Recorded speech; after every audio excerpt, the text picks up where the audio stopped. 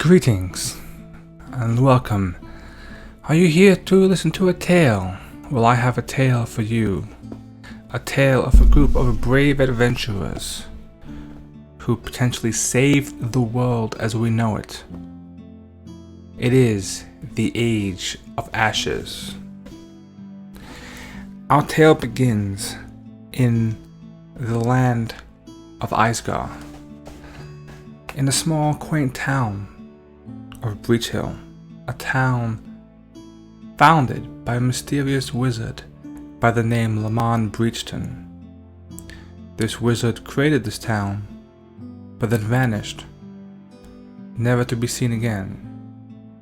This quiet, peaceful town has lived on for many years, many generations, due to part of it having a call for heroes, a monthly event where they allowed adventurers to come from all over and help them with their tasks.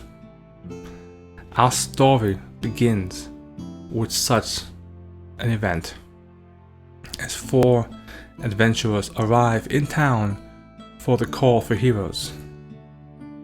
Some from near and some from far away.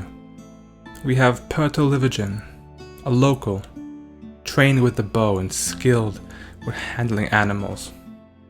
His sister recently returned back to town, Shanava Livigen, spending some time down in Osirian, but prefers the sword and shield over a bow. Eliza Hack, a mysterious tiefling half-elf who came from Kintargo, recently freed from his shackles as a slave, now trying to find a name for himself. And Msitu, a Leshy druid, one who came from the Wangi Expanse, from his druidic elders, to potentially save whatever threat they saw in their visions. The party arrived in Breachill, and when they did, they had some time before the event, meeting Warbold Bramblebasher, the ambassador to the goblin tribe that lived nearby this town. They learned that the goblin ambassador was here to petition for some heroes to come, requesting aid for them to seek out what happened to her tribe, which had gone silent over the recent weeks. When they attended the council meeting and listened to her pleas, they were interrupted by flames, embers bursting forth from a nearby doorway as a dangerous creature known as a fire mephit flew in, sowing chaos among the room.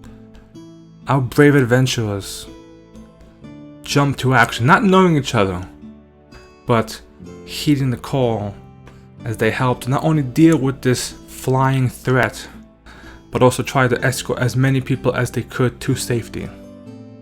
Shanava Livigen herself collapsing due to the smoke inhalation, but still doing her best to try and get as many people out as they tried to combat the fire, doing bucket lines and everything, but it was too much.